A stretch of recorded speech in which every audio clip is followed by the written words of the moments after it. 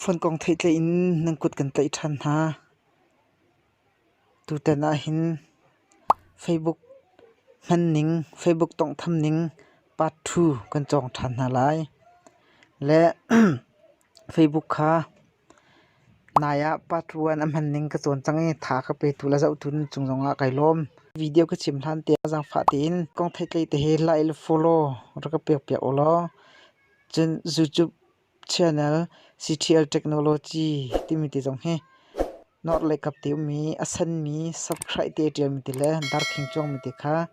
rakam he piak cheu ti kha ma sa no gan du na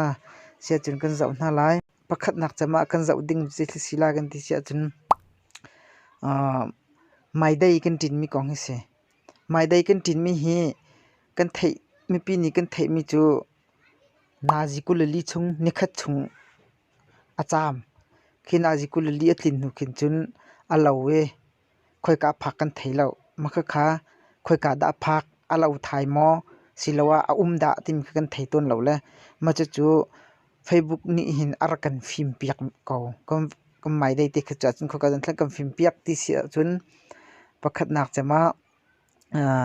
na profile a khana hung lut lai Facebook profile a khana hung lut lai hi ka hin dang lai kan ti sia chun hi ka hin tlar li ong chong ti more ti mi zon te kam van mi piak lai hi ka hin story achieve ti mi te la he story achieve te kam van mi si achun ka hin he mai dei narak tin mi pau khoi ka hin di la mai dei na tin pau khan di la ani thalong pia di chuni leu narak tin mi chuni leu narak tar mi kha ka hin Facebook nen kan phim piak di chuja chun kam mai dei i kan rak tin mi pau hi atlaw lo ti kha hi ka hunin langtar ka van du mi se asana bi te mi hitin kan ten an kan phim piak mo tia chen an kan phim piak lo zaida rak tu piak ma sa thaw kan ti se ne kan rin thum te ring the kam van mi piak lai hi kaleng kam van tum lai e setting and privacy kan kal lai chun setting a kan kal than lai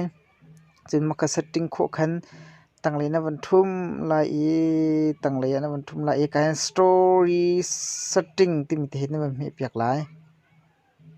story setting na van mi piak lai chun ka hin atlar thum na e story achieve tim te he na van mi piak lai o hi ka jan te on piak ta haw mi te hin on piak lo chun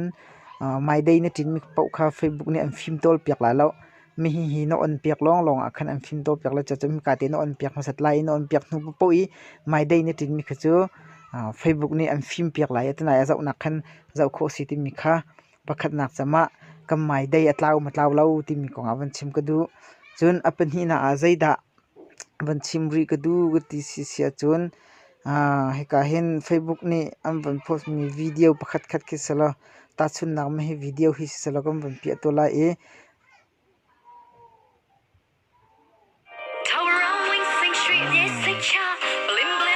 hiti hin video ra la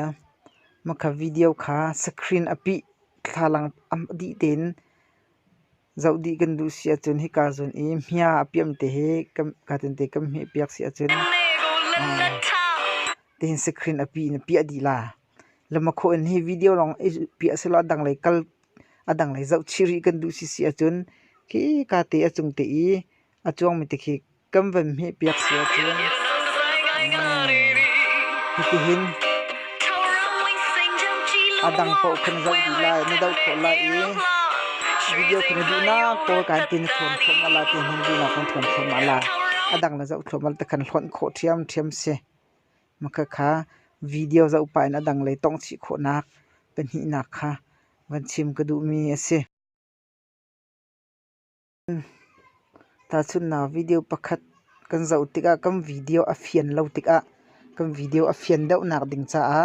zaitin da kan tu apyak la kan ti chun hi ka video kam van zau to lai la hi ka video hi van fian deuh lo se chun hi ka jani setting pungte chong mi te he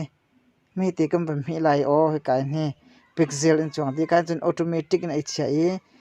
line attach sia chun ama ten apiang line this sil apiang lo khan nan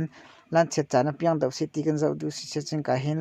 tung ya chau se chau ya le se si ya le se ta thong si se khen le